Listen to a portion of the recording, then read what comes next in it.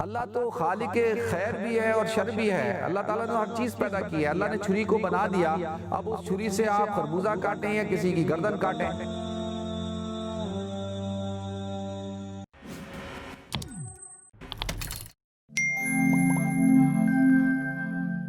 رب العالمین والعاقبۃ للمتقین والصلاة والسلام علی اشرف الانبیاء والمرسلین وعلی آلہ وصحبہ اجمعین، اما بعد فاعوذ باللہ السمیع العلیم من الشیطان الرجیم، بسم اللہ الرحمن الرحیم۔ وما ارسلناک الا رحمۃ للعالمین، صدق اللہ العظیم۔ اللہم صلی علی محمد وعلی آل محمد کما صلیت علی ابراہیم وعلی آل ابراہیم انک حمید مجید۔ اللہم بارک علی محمد وعلی آل محمد کما بارکت علی ابراہیم وعلی آل ابراہیم انک حمید مجید۔ رب اشرح لی صدری ویسر لی امری واحلل عقدۃ من لسانی یفقہوا قولی۔ محترم ناظرین کرام، بزرگان دین اور میری عزیز ماؤں اور بہنوں، السلام علیکم ورحمۃ اللہ وبرکاتہ۔ ناظرین، حضور اکرم صلی اللہ علیہ وسلم کا فرمان ہے اور حضرت علی رضی اللہ تعالیٰ عنہ نے اس کو بیان کیا، کنز الاعمال کے اندر اس حدیث کو بیان کیا گیا ہے کہ حضور فرماتے ہیں، قال نبی صلی اللہ علیہ وسلم التوفیق خیر قائد، کہ توفیق جو ہے وہ بہترین قائد ہے، وحسن الخلق خیر قرین، اور حسن خلق جو ہے وہ بہترین ساتھی ہے، قرین ہے، والعقل خیر صاحب، اور عقل جو ہے وہ بہترین مصاحب ہے، وہ بھی بہترین ساتھی ہے، والادب خیر میراث، اور ادب جو ہے وہ بہترین وراثت ہے، میراث ہے، ولا وحشت اشد من العجب، اور وحشت خود پسندی سے بڑھ کر کوئی چیز وحشی نہیں، یعنی وحشت عجب جو ہوتا ہے نا کہ وہ خود پسندی سے بڑھ کر نہیں ہے، اور اس حدیث کو کنز الاعمال میں بیان کیا گیا ہے۔ ناظرین، سب سے پہلی چیز یہاں پر بیان کی گئی التوفیق خیر قائد، کہ توفیق جو ہوتی ہے وہ بہترین قائد ہوتی ہے۔ قائد کسے کہتے ہیں؟ قائد کہتے ہیں کھینچنے والے کو، جو کھینچتا ہے، لیڈ کرتا ہے، رہنمائی کرتا ہے، اس کو قائد کہا جاتا ہے۔ ہمارے ہاں قائد اعظم، قائد تحریک، یا مختلف جو جماعتوں کے رہنما ہوتے ہیں ان کو قائد کہا جاتا ہے۔ تو التوفیق خیر قائد، کہ توفیق بہترین قائد ہے۔ توفیق کسے کہتے ہیں؟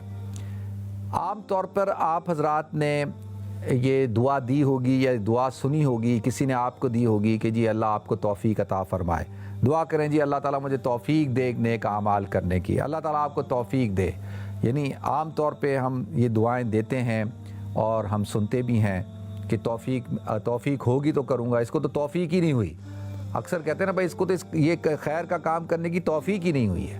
تو لہذا اب توفیق خیر قائدین، کہ توفیق جو ہے وہ بہترین کھینچنے والی، بہترین رہنمائی کرنے والی، بہترین قائد ہے۔ کیا مطلب یہ ہے ناظرین کہ سب سے پہلے تو ہم اس بات کو سمجھیں کہ توفیق کسے کہتے ہیں۔ توفیق کیسے کہتے ہیں ناظرین؟ کہ اسباب خیر کا آپ کو حاصل ہو جانا۔ جب آپ کو اسباب خیر مل جائیں اور آپ کے پاس وہ اسباب جمع ہو جائیں تو اس کو کہتے ہیں توفیق۔ اچھا، اب اسباب دو قسم کے ہوتے ہیں۔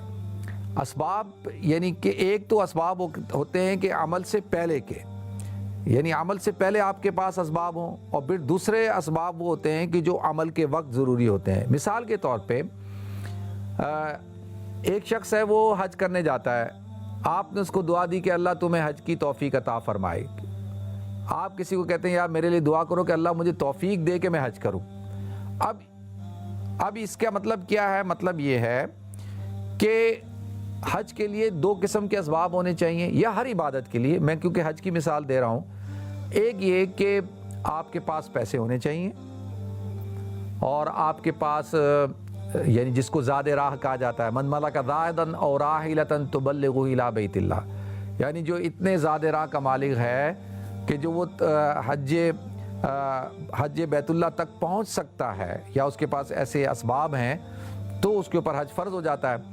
تو آپ کے پاس پیسے بھی ہیں، آپ کے پاس زاد راہ بھی ہے، اور اگر آپ کے بیوی بچے ہیں تو ان کو لک آفٹر کرنے کے لیے بھی آپ کے پاس پیسے ہیں، یعنی آپ ایزیلی حج کر کے آ سکتے ہیں، آپ کے پاس پاسپورٹ بھی ہے، آپ کے پاس بظاہر کسی قسم کی کوئی رکاوٹ نہیں ہے، اور آپ صحت مند بھی ہیں، سب کچھ صحیح ہے۔ تو اس کا مطلب یہ ہے کہ آپ کے پاس حج کے اسباب موجود ہیں، اور اکثر لوگوں کے پاس موجود ہوتے ہیں۔ تو اب ایک تو یہ سبب، اس کا مطلب توفیق حاصل ہے آپ کو، ایک تو یہ ہو گیا۔ دوسرا یہ کہ جب آپ حج کو پہنچ گئے تو اب آپ وہاں جب پہنچے ہیں تو آپ کی صحت ٹھیک ہے، آپ کے کسی قسم کی کوئی پرابلم نہیں ہوئی، کوئی حادثہ نہیں ہوا، اور آپ نے ارکان سارے صحیح طور پر ادا کر لیے، بغیر کسی رکاوٹ کے ادا کر لیے، تو ایک سبب ہوتا ہے کہ جو عمل کے کرتے وقت آپ کے پاس ہو، موجود ہو، اور ایک اس سے پہلے کا سبب ہوتا ہے۔ تو لہذا توفیق کسے کہتے ہیں کہ بھئی کہ اللہ کی طرف سے توفیق حاصل ہو، کہ خیر التوفیق خیر قائدین۔ مطلب کیا ہے؟ مطلب یہ ہے کہ توفیق کا مل جانا، توفیق کا حاصل ہو جانا، اس کے لیے آپ کے عزم کی بھی ضرورت ہوتی ہے۔ یہ نہیں ہوتا کہ جی آدمی کہہ دے کہ جی بھائی مجھے توفیق ہی نہیں ہے۔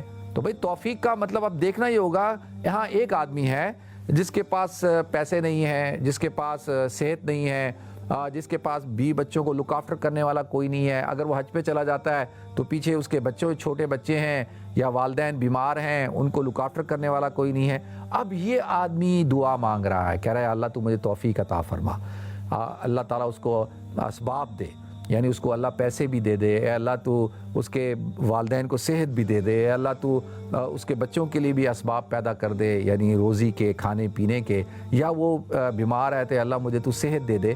تو اب یہ تو دعا اس کی مانگنا ٹھیک ہے، اللہ مجھے توفیق عطا فرما، تو یہ توفیق تو زیادہ تر لوگوں کو حاصل ہوتی ہے اور زیادہ تر لوگوں کے پاس اسباب موجود ہوتے ہیں۔ لیکن اب آپ کہیں گے کہ بھئی توفیق تو ہے تو یہ جا کیوں نہیں رہا؟ دیکھیں ناظرین، ہم وہ عمل کرتے کیوں نہیں ہیں؟ ہم میں سے کتنے لوگ ایسے ہیں کہ دیکھیں مثال کے طور پہ کہ پہلی چیز کیا ہوتی ہے کہ جو اللہ رب العزت نے ہمیں عطا کی ہے وہ ہے ہم کیا کرتے ہیں؟ ارادہ کرتے ہیں نا۔ پہلی چیز تو نیت ہوتی ہے، ارادہ ہوتا ہے، پھر آپ اسباب اختیار کرتے ہیں، اور پھر اس کے بعد آپ کا عزم مصمم ہو جاتا ہے کہ نہیں بس اب مجھے یہ کام کرنا ہے، مجھے حج پہ جانا ہے۔ تو جب آپ عزم مصمم کر لیتے ہیں تو ناظرین پھر آپ حج پہ چلے بھی جاتے ہیں، پھر زیادہ تر لوگ سفر کر لیتے ہیں حرمین شریفین کا، حج کا۔ تو اب اس کے لیے بنیادی چیز کیا ہو گئی؟ آپ کا عزم مصمم بھی ہو گیا۔ اب کیا ہے کہ سب سے پہلے آپ نے دعا مانگی، اور دعا کے بعد اب آپ کہہ رہے ہیں کہ آپ کو توفیق بھی حاصل ہو گئی، توفیق کے بعد آپ نے عزم مصمم بھی کر لیا کہ بھئی اب جو ہے وہ بس پکا ارادہ کر لیا۔ اب جب آپ وہاں پہنچ گئے تو اللہ کی طرف سے عافیت بھی آپ کو مل گئی، کوئی حادثہ نہیں ہوا، کوئی پریشانی نہیں ہوئی، اور آپ نے حج کر لیا۔ تو یہی اسی کو کہتے ہیں توفیق کا مل جانا، یہی توفیق خیر قائد ہے جو آپ کو کھینچتی ہے خیر کی طرف۔ دیکھیں اسی طریقے سے ناظرین جو اس کے مقابلے میں ایک ہوتا ہے جس کو خذلان کہتے ہیں۔ خذلان کیا ہے کہ ہر آدمی کے پاس، میرے پاس دیکھیں اس وقت سارے اسباب موجود ہیں کہ ابھی مغرب کا وقت ہوگا اور میں صحت مند ہوں، ٹھیک ٹھاک ہوں، پانی بھی موجود ہے اور سارے اسباب موجود ہیں، اور میں نے مغرب کی نماز پڑھنی ہے، اور انشاءاللہ میں پڑھوں گا، میرا پکا ارادہ ہے، میں نے عزم بھی کیا ہوا ہے اور مجھے کوئی روک نہیں سکتا، میں نے پڑھنی ہے۔ تو الحمدللہ آپ میں سے اکثر لوگ، ہم لوگ پھر نماز پڑھتے ہیں۔ اب یہ کیا ہے کہ سارے اسباب، اسی طریقے سے نیکی کے اسباب بھی موجود ہیں کہ بھئی میں نے جو ہے اگر خیر کا کام کرنا ہے، مثال کے طور پہ ایک آدمی ہے وہ ارادہ کر لیتا ہے کہ اس نے مسجد میں جانا ہے، تو پہلے نیت کرتا ہے، ارادہ کرتا ہے، عزم کرتا ہے، سبب اختیار کرتا ہے، پیدل چلنا شروع کر دیتا ہے، گاڑی سٹارٹ کرتا ہے اور جو ہے مسجد پہنچ جاتا ہے۔ اسی طریقے سے ناظرین جو انسان کے پاس جو ہے وہ اختیار اللہ نے دیا ہے نیکی کا اور برائی کا، اور برائی کے اسباب بھی موجود ہوتے ہیں۔ برائی کے اسباب کیا ہیں کہ بھئی میرے پاس پیسے موجود ہیں اور میرے پاس اسباب، یعنی یہ ہے کہ میں جا سکتا ہوں شراب خانے میں، میں جا سکتا ہوں شراب کی دکان پہ اور جا کر جو ہے وہ میں شراب خرید سکتا ہوں اور میں شراب پی سکتا ہوں۔ یہ سارے اسباب تو موجود ہیں، شراب بھی موجود ہے اور پیسے بھی موجود ہیں، اور مجھے پتہ بھی ہے کہاں سے ملتی ہے، اسی طرح سے زنا ہے، اسی طریقے سے جوا ہے، اسی طرح سے اور آپ گناہ شامل کر لیں۔ تو اب یہ میرے پاس دونوں قسم کے اسباب، خیر کے اسباب بھی موجود ہیں، شر کے اسباب بھی موجود ہیں۔ اب مجھے جو ہے میں نے کس سبب کو، کس کو اختیار کرنا ہے، خیر کو اختیار کرنا ہے یا شر کو اختیار کرنا ہے، یہ اللہ نے میرے اوپر اختیار دے دیا مجھے۔ اللہ نے میرے اوپر کیا کہ مجھے اختیار دے دیا کہ اب میں ہوں کہ اگر میں نے عزم مصمم کر لیا ہے کہ میں نے گناہ کرنا ہی کرنا ہے تو ناظرین پھر وہ گناہ ہو کے ہی رہے گا، اور اگر میں نے عزم مصمم کر لیا ہے کہ میں نے گناہ نہیں کرنا، میں نے نیکی کرنی ہی کرنی ہے تو نیکی کر کے ہی رہوں گا میں۔ تو لہذا یہ کہنا کہ جی اللہ کی طرف، اگر اللہ کی طرف سے جو ہے وہ حکم نہیں ہوتا تو میں شراب نہیں پیتا، اللہ چاہتے ہیں میں پیوں تو اس لیے میں نے شراب پی، اللہ چاہتے ہیں میں جوا کھیلوں، اللہ چاہتے ہیں میں زنا کروں تو اس لیے میں کر رہا ہوں. تو نہیں، یہ اللہ کو پسند نہیں ہے یہ چیز. اللہ تو خالق خیر بھی ہے اور شر بھی ہے. اللہ تعالیٰ نے ہر چیز پیدا کی ہے. اللہ نے چھری کو بنا دیا، اب اس چھری سے آپ خربوزہ کاٹیں یا کسی کی گردن کاٹیں تو آپ خربوزہ کاٹیں گے تو کوئی جرم نہیں ہے، آپ اس سے مرغی کو ذبح کریں گے کوئی جرم نہیں ہے، اس سے آپ سبزیاں کاٹیں اس سے آپ جو ہے وہ خیر کے کام لے لیں. اب اسی چھری سے جو ہے اگر آپ جو ہے کسی کو قتل کرتے ہیں یا کسی کے اوپر اٹیک کرتے ہیں اور پولیس آپ کو پکڑ لیتی ہے اور جج کی عدالت میں آپ جاتے ہیں اور جج کو جو آ کے بولتے ہیں جی میرا تو کوئی قصور نہیں ہے، یہ قصور تو چھری بنانے والے کا ہے کہ اس نے چھری بنائی کیوں. اب وہ چھری بناتا ہی نہیں تو میں وہ چھری کا استعمال کرتا نہیں، میں قتل کرتا نہیں، تو وہ جج کیا کہے گا کہ بھائی چھری اس لیے تھوڑی بنائی گئی تھی کہ تم انسانوں کو قتل کرتے پھرو. تو اسی طریقے سے اب یہ جج کے سامنے ہمارا یہ عذر قابل قبول ہوگا؟ نہیں ہوگا. وہ کہے گا کہ نہیں ایسا نہیں ہو سکتا کہ تم نے اپنے فعل سے کیا، اپنے ارادے سے یہ کام کیا ہے اور اس میں تمہارا ارادہ شامل تھا، نیت شامل تھی، تمہارا فعل شامل تھا، تمہارا عزم مصمم شامل تھا، تو لہذا سزا بھی تمہیں ملے گی. تو اللہ تعالیٰ نے تو ہر چیز پیدا کر دی. اب آگ پیدا کر دی، آگ سے اب کھانا پکائیں، آگ پہ روٹی پکائیں، یا آگ سے لوگوں کے گھروں کو جلائیں یا لوگوں کی پراپرٹی کو لوگوں کو جلائیں. تو اب اس میں آگ بنانے والے کا قصور نہیں ہے. تو لہذا اسی طریقے سے اللہ تعالیٰ نے دونوں چیزیں پیدا کر دی ہیں. تو اسی لیے کہتے ہیں کہ اللہ سے توفیق طلب کریں، اور توفیق میں نے بتا دی کہ توفیق کسے کہتے ہیں. اس کے بعد ناظرین آ جاتے ہیں وحسن الخلق خیر قرین، کہ اچھے اخلاق جو ہیں وہ بہترین ساتھی ہیں. یہ جو قرین ہے نا، قرین، یہ قرین کس کو کہتے ہیں ناظرین؟ قرین اس ساتھی کو کہتے ہیں جو آپ کے ساتھ جڑا ہوا ہوتا ہے، ملا ہوا ہوتا ہے. قرین کہتے ہیں جو چمٹا ہوا ہوتا ہے، ہر وقت آپ کے ساتھ رہتا ہے، جس کو ہمارے اصطلاح میں لنگوٹیا یار کہتے ہیں، جس کو ہماری اصطلاح میں جوڑی دار کہتے ہیں کہ یار یہ ایک دو جسم اور ایک روح ہیں. یعنی ایسے ہی کہا جاتا ہے نا کہ یہ ہر وقت ساتھ جوڑی دار ہیں، یہ ہر جگہ یہ ساتھ ساتھ ہوتے ہیں. تو قرین بھی ہمارے ساتھ لگا ہوا ہوتا ہے. جیسے انسان پیدا ہوتا ہے ناظرین، اس کے ساتھ ایک فرشتہ بھی اللہ تعالیٰ لگا دیتے ہیں اور ایک شیطان بھی لگا دیتے ہیں. شیطان کا جو چیلا ہوتا ہے تو شیطان بھی اس کے ساتھ لگا دیا جاتا ہے. اب جو فرشتہ ہے وہ اس کو خیر کی طرف متوجہ کرتا رہتا ہے، خیر کی طرف لگاتا رہتا ہے، اور شیطان اس کو جو ہے وہ کس طرف لگاتا ہے؟ اس کو برائی کی طرف لگاتا رہتا ہے. اسی طرح دیکھیں ایسے ہے، مثال کے طور پہ ہم رات کو سوتے ہیں اور صبح جب فجر کا وقت ہوتا ہے تو اب ہماری آنکھ کھل رہی ہے اور فرشتہ ہمیں کہہ رہا ہے بھائی فجر کا وقت ہو گیا، اٹھو نماز پڑھو. اب شیطان جو ہے وہ ہمیں غفلت کا انجیکشن لگاتا ہے، سستی کا انجیکشن لگاتا ہے. شیطان کہتا ہے یار کیا ابھی تو اٹھے گا، اتنی سردی ہے اور کہاں بستر چھوڑے گا، جائے گا وضو کرے گا، چھوڑ اتنی میٹھی نیند ہے، کیوں میٹھی نیند کو جو ہے وہ چھوڑا ہے. وہ پھر غفلت کا، سستی کا انجیکشن لگا دیتا ہے. اب آپ دیکھیں یہ لڑائی ہو رہی ہے، اب ہم نے کس کا ساتھ دینا ہے؟ اب ایک آدمی ہے وہ فوراً اٹھتا ہے، کھڑا ہوتا ہے اور شیطان کی کمر کو توڑ دیتا ہے. وہ کہتا ہے نہیں میں نے تو نماز پڑھنی ہے. تو اس نے تو کہا کہ بھائی میں نے تو پڑھنی ہے. اب اس نے کیا کیا؟ اس قرین کو جو ہے وہ ناکام کر دیا. اب جو فرشتہ ہوتا ہے اس کا جو کنٹرول ہوتا ہے وہ روح کے اوپر ہوتا ہے، اور یہ جو قرین ہوتا ہے اس کا کنٹرول آپ کی نفس کے اوپر ہوتا ہے. تو لہذا یہ ہمیشہ نفسیوں، وہ کہنا وما ابری نفسی ان النفس لامارۃ بالسوء، کہ نفس امارہ تو انسان کو برائی کی دعوت دیتی ہے. تو یہ کسر پسر کرتا رہتا ہے کان کے اندر.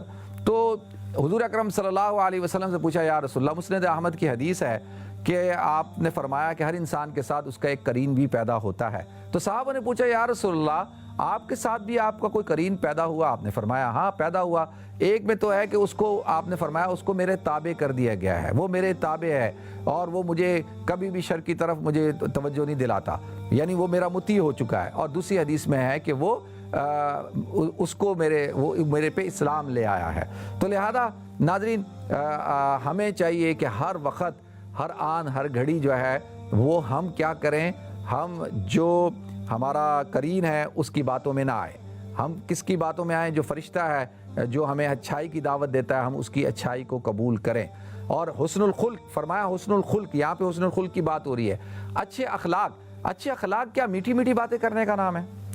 یعنی کیا اچھے اخلاق کو ہمارے ہاں کیا کانسیپٹ ہے کہ بھئی اس کی زبان بڑی میٹھی ہے اور یہ بڑے اچھے انداز سے گفتگو کرتا ہے، اس کی زبان میں بڑی شیرینی ہے. تو یہ میٹھی میٹھی باتیں کرنا، میٹھے انداز سے گفتگو کرنا، وہ ایک الگ چیز ہے، وہ بھی اخلاقی دائرے میں آتا ہے، یعنی وہ پورا اخلاق نہیں ہے، وہ بھی اخلاقیات میں سے ہے، لیکن پورا اخلاق یہ نہیں ہے۔ مثال کے طور پہ زبان تو بڑی شیریں ہے، لیکن دل کے اندر جو ہے نفرت ہے، بغض ہے، عداوت ہے، اور جو ہے زبان کو جو ہے میٹھا بنایا ہوا ہے لوگوں کو دھوکہ دینے کے لیے، تو اس کا مطلب یہ تو آدمی سب سے دنیا میں کے اندر بد اخلاق آدمی ہے۔ تو لہذا یہ بات ذہن میں رکھیں کہ اس کو کہتے ہیں منافق، اور یہ منافق ہے، اس کے اندر دل کے اندر کچھ ہے، زبان کے اندر کچھ ہے، تو لہذا مومن جو ہوتا ہے وہ منافق نہیں ہوتا۔ تو اچھا اخلاق ایک بہترین عمل ہے، حسن الخلق، اور کل قیامت کے دن اوزان کے اندر سب سے بھاری جو چیز ہوگی اعمال کے اندر وہ ہوگی حسن الاخلاق۔ جب حسن الاخلاق کو تولا جائے گا تو وہ ساری چیزوں پہ بھاری ہو جائے گا۔ اب حسن الاخلاق، اچھے اخلاق کیا ہیں؟ اچھے اخلاق کا تعلق جو ہے وہ آپ کے کردار کے ساتھ ہے، آپ کے گفتار کے ساتھ ہے، آپ کی امانت داری کے ساتھ ہے، آپ کی دیانت داری کے ساتھ ہے، آپ کے برتاؤ کے ساتھ ہے۔ اگر آپ والد ہیں تو آپ کا رویہ اپنے بچوں کے ساتھ کیسا ہے، اگر آپ بیٹے ہیں تو آپ کا رویہ حسن سلوک کتنا اچھا ہے اپنے والدین کے ساتھ، اگر آپ شوہر ہیں تو آپ کی بیوی کے ساتھ آپ کے کیسے تعلقات ہیں، اگر آپ بیوی ہیں تو آپ کے تعلقات آپ کے شوہر کے ساتھ کیسے ہیں۔ اسی طریقے سے اس کو آپ پھیلا لیں کہ آپ کے چاچا، ماموں، پھوپھا، پھوپھی، یہ جتنے رشتہ دار ہیں ان کے آپ کتنے حقوق ادا کرتے ہیں، پھر حقوق اللہ میں آپ کتنے پابند ہیں، پھر حقوق العباد میں آپ کتنے پابند ہیں۔ یہ ساری چیزیں کیا ہوتی ہیں؟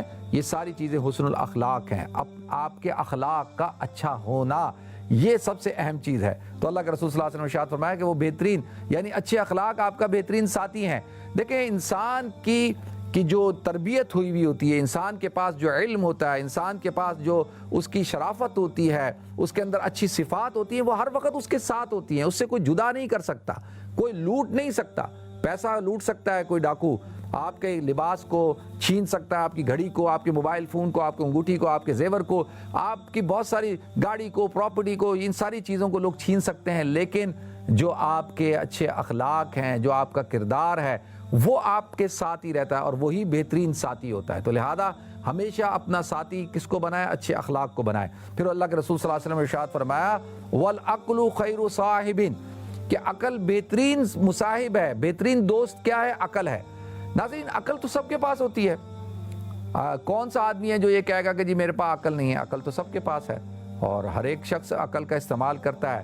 لیکن یہاں پر جو بات کی جا رہی ہے نا کہ بہترین ساتھی ہے، دیکھیں ہماری عقلوں کے اوپر بھی دھن لگ جاتی ہے۔ مثال کے طور پہ اگر آپ کبھی آپ جب شاور لینے کے لیے جاتے ہیں اپنے ٹوائلٹ کے اندر، باتھ روم میں، تو جب آپ گرم پانی سے شاور لیتے ہیں تو جب آپ کے باتھ روم میں جو ہے وہ مرر بھی ہوگا، آپ جب اس مرر کو دیکھتے ہیں تو اس مرر کے اوپر جو ہے وہ کیا ہو چکا ہوتا ہے؟ پانی آ چکا ہوتا ہے، آپ کا چہرہ آپ کا وہ صاف نظر نہیں آ رہا، تو آپ کو کیا کرنا ہوتا ہے؟ ٹیشو سے صاف کرتے ہیں آپ اس کو۔ تو اسی طریقے سے دھند پڑ جاتی ہے۔ تو جیسے اگر دوربین ہے، دوربین کا اگر گلاس ہی گندا ہو، اس پہ دھند پڑ جائے، اگر آپ کا چشمہ ہی گندا ہو، چشمہ اتار کے صاف کرنا پڑتا ہے۔ اگر چشمہ گندا ہو تو آپ کو ہر چیز گندی نظر آتی ہے، تو آپ کو صاف کرنا پڑتا ہے نا۔ تو جب آپ صاف کرتے ہیں تو آپ کو ہر چیز صاف نظر آتی ہے، مرر صاف کرتے ہیں تو اپنا آپ بھی آپ کو صاف نظر آتا ہے۔ اسی طریقے سے ناظرین ہماری عقلوں کے اوپر بھی دھن پڑی ہوئی ہے۔ اس لیے آپ دیکھیں لہم قلوب، یا کہ اللہ کہتا ہے ان کے پاس قلوب ہیں لا یعقلون بہا، وہ لیکن اس سے غور و فکر نہیں کرتے۔ اب کیا ہے کہ ایک بہت بڑا عقل مند آدمی ہے، لیکن وہ ہندو ہے، وہ پارسی ہے، وہ سکھ ہے، وہ یہودی ہے، وہ عیسائی ہے، اب عقل ہے اس کے پاس، لیکن اس کی عقل کے اوپر پردہ پڑ چکا ہے۔ ختم اللہ علی قلوبہم وعلی سمعہم وعلی ابصارہم غشاوہ۔ تو اللہ کہتا ہے کہ اسی طرح سے عقل کا صحیح استعمال کیا ہے۔ سب سے پہلی بنیادی چیز عقل کا صحیح استعمال یہ ہے کہ آپ کو عرفان حاصل ہو اور آپ اللہ رب العزت کی ذات کو پہچانیں۔ یہ عقل جو ہے اس کے ذریعے سے اللہ کو پہچانا جاتا ہے، کیونکہ دیکھیں عقلی طور پر یہ بات ممکن نہیں ہے کہ ایک ملک کے 2 وزیر اعظم ہوں، ایک حکومت کے 2 بادشاہ ہوں، 2 صدر ہوں، ایک جو ہے عدالت کے 2 جج ہوں، اور ایک شوہر کے، ایک بیوی کے 2 شوہر ہوں، ایک انسان کے جسم کے اندر 2 دل ہوں، ایک نیام کے اندر 2 تلواریں ہوں۔ ایسا ممکن ہے؟ ممکن ہی نہیں ہے، یہ تو فساد ہو جائے گا۔ تو عقل کیا کہتی ہے؟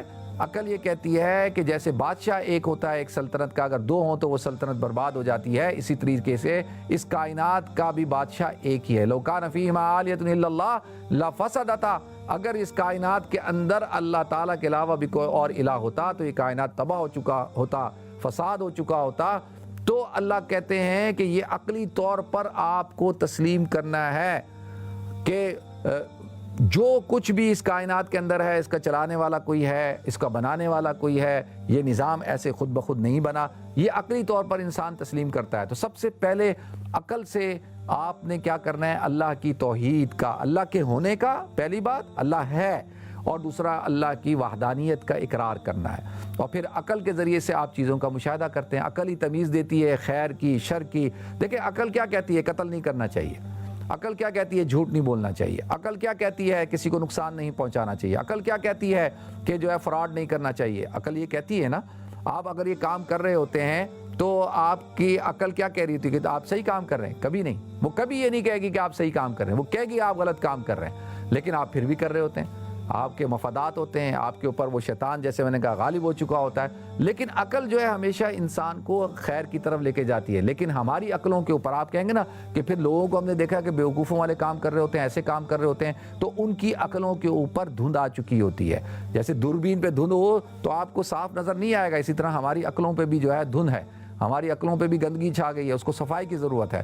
تو لہذا اللہ کے رسول صلی اللہ علیہ وسلم نے ارشاد فرمایا اگر ایک انسان اپنی عقل کو صحیح طور پر استعمال کرتا ہے تو سب سے بہترین دوست اس کے پاس موجود ہے۔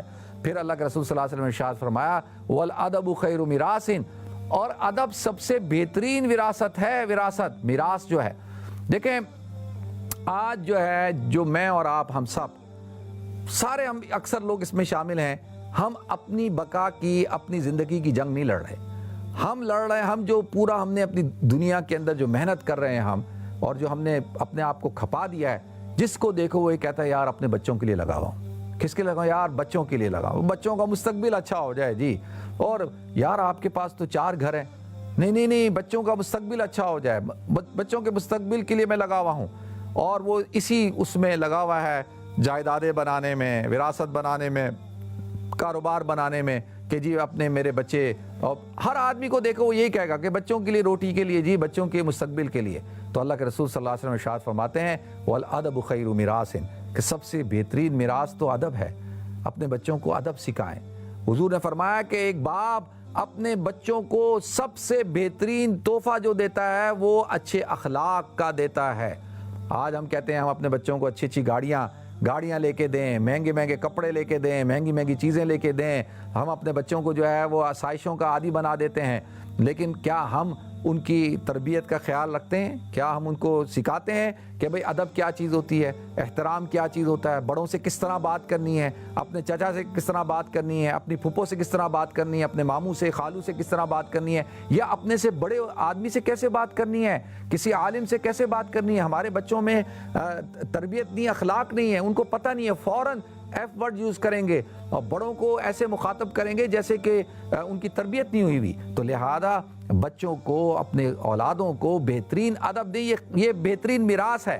حضرت عمر بن عبدالعزیز رحمۃ اللہ علیہ کا جب انتقال ہو رہا تھا تو ہشام آیا، ہشام نے کہا کہ آپ کے 11 بیٹے ہیں اور آپ نے صرف ان کے لیے جو ہے 18 درہم میراثت چھوڑی ہے، تو میں آپ کو دیتا ہوں 22 لاکھ درہم، اور آپ 2 لاکھ درہم ان سب کو دے دیں۔ اور یہ کیا، آپ نے اپنے بچوں کو غربت کے اندر رکھا، 7 سال تک آپ مدینہ کے گورنر رہے، آپ کے والد 19 سال تک مصر کے گورنر رہے، آپ 7 سال تک مدینہ کے گورنر رہے، 2 سال تک جو ہے آپ امیر المومنین رہے، اور انتقال کرتے وقت صرف 18 درہم آپ کے پاس۔ تو لہذا انہوں نے اپنے بیٹے، ان کے ایک بیٹے کا نام عبد الملک تھا، اس کو بلایا اور بلا کے کہا بیٹا تمہارا ماموں یہ کہتا ہے مجھے، تو تمہیں یہ پیسے چاہیے؟ تمہارا ماموں کہتا ہے کہ میں نے تمہارے لیے کوئی میراث نہیں چھوڑی۔ تو ان کا بیٹا بھی پھر ان کی تربیت یافتہ تھا، اس نے اپنے ماموں کو کہا کہ یہ جو جائیداد ہے، یہ پیسہ ہے، یا آپ نے جو جن سے لوٹا ہے نا، ان کو واپس کریں، ہمیں یہ نہیں چاہیے۔ ہمارے والد نے ہماری تربیت کی ہے، ہمارے والد نے ہمیں علم دیا ہے، آداب دیے ہیں، اخلاق دیے ہیں۔ اور ناظرین ہسٹری کے اندر آتا ہے کہ ہشام کی نسلیں جو ہے وہ ختم ہو گئیں، اور وہ بالکل بے یار و مددگار پڑی ہوتی تھیں، اور عمر بن عبدالعزیز رحمۃ اللہ علیہ کے لڑکے جو ہے بڑے بڑے علماء، اسکالر، قاضی اور بڑی بڑی شخصیات، ان کا ہسٹری میں نام آتا ہے۔ تو لہذا جب آپ اگر اپنے بچوں کے لیے پیسہ ہی چھوڑ کے جائیں گے تو وہ سمجھیں گے پیسہ ہی سب کچھ ہوتا ہے، اور آپس میں پیسوں کے لیے لڑیں گے، آپس میں بچے لڑ رہے ہوں گے، فیملیز کے اندر جھگڑا کھڑا ہو جائے گا وراثت پہ۔ تو لہذا سب سے زیادہ توجہ ہم نے دینی ہے اپنے بچوں کی تربیت پر۔ وَالْأَدَبُ خَيْرُ مِرَاثٍ، سب سے بڑی بہترین میراث کیا ادب ہے۔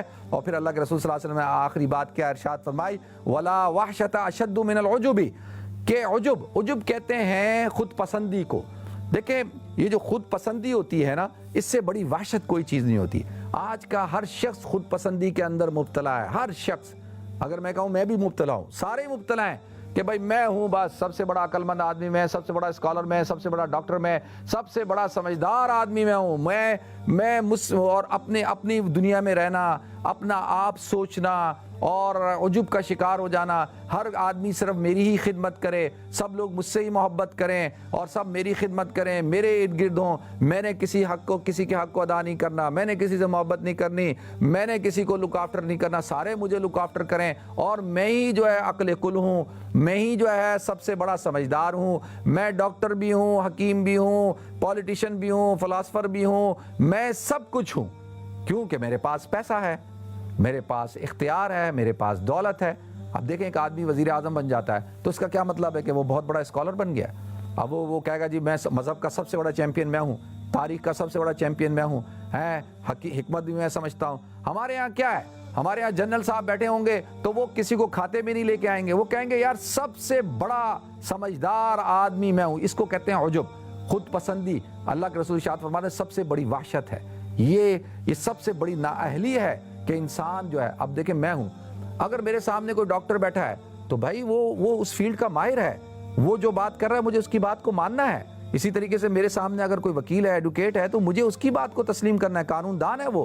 اسی طریقے سے کوئی اکاؤنٹنٹ ہے، کوئی آرکیٹیکٹ ہے، اللہ تعالیٰ نے ہر ایک کو لکل فن رجال، ہر فن کے اندر اللہ تعالیٰ نے لوگوں کو پیدا کیا ہے۔ اب میں کہوں جی میں ہی آرکیٹیکٹ ہوں، میں ہی اکاؤنٹنٹ ہوں، میں ہی بہترین قانون دان ہوں، میں ہی حکیم بھی ہوں، میں ہی اسکالر بھی ہوں، میں ہی پولیٹیشین بھی ہوں، میں ساری چیزیں سمجھتا ہوں، اور میرے سے آپ جس موضوع پہ بات کراؤ میں موضوع پہ بات کرنے کے لیے تیار ہوں، میں سب سے بڑا چیمپئن ہوں، تو اس کو کہتے ہیں خود پسندی، اور عجب کہتے ہیں عجب۔ تو ہمارے ہاں 90% لوگ خود پسندی کے اندر مبتلا ہیں۔ تو لہذا ہمیں یہ حضور اکرم صلی اللہ علیہ وسلم کے بہترین جو ہے نصائح ہیں، وصیتیں ہیں جو حضور نے ہمیں عطا کی، ہمیں اس پر عمل کرنا چاہیے۔ سب سے پہلی چیز کیا ہے کہ اللہ سے توفیق مانگیں، اور توفیق کو میں نے بتا دیا، وہ خیر قائد، بہترین قائد ہے، وہ حسن الخلق، اچھے اخلاق کا ہونا، یہ بہترین آپ کا ساتھی ہے۔ اسی طرح سے عقل جو ہے وہ بہترین مصاحب ہے، اسی طرح سے جو ہے ادب بہترین میراث ہے، اور اللہ تعالی ہمیں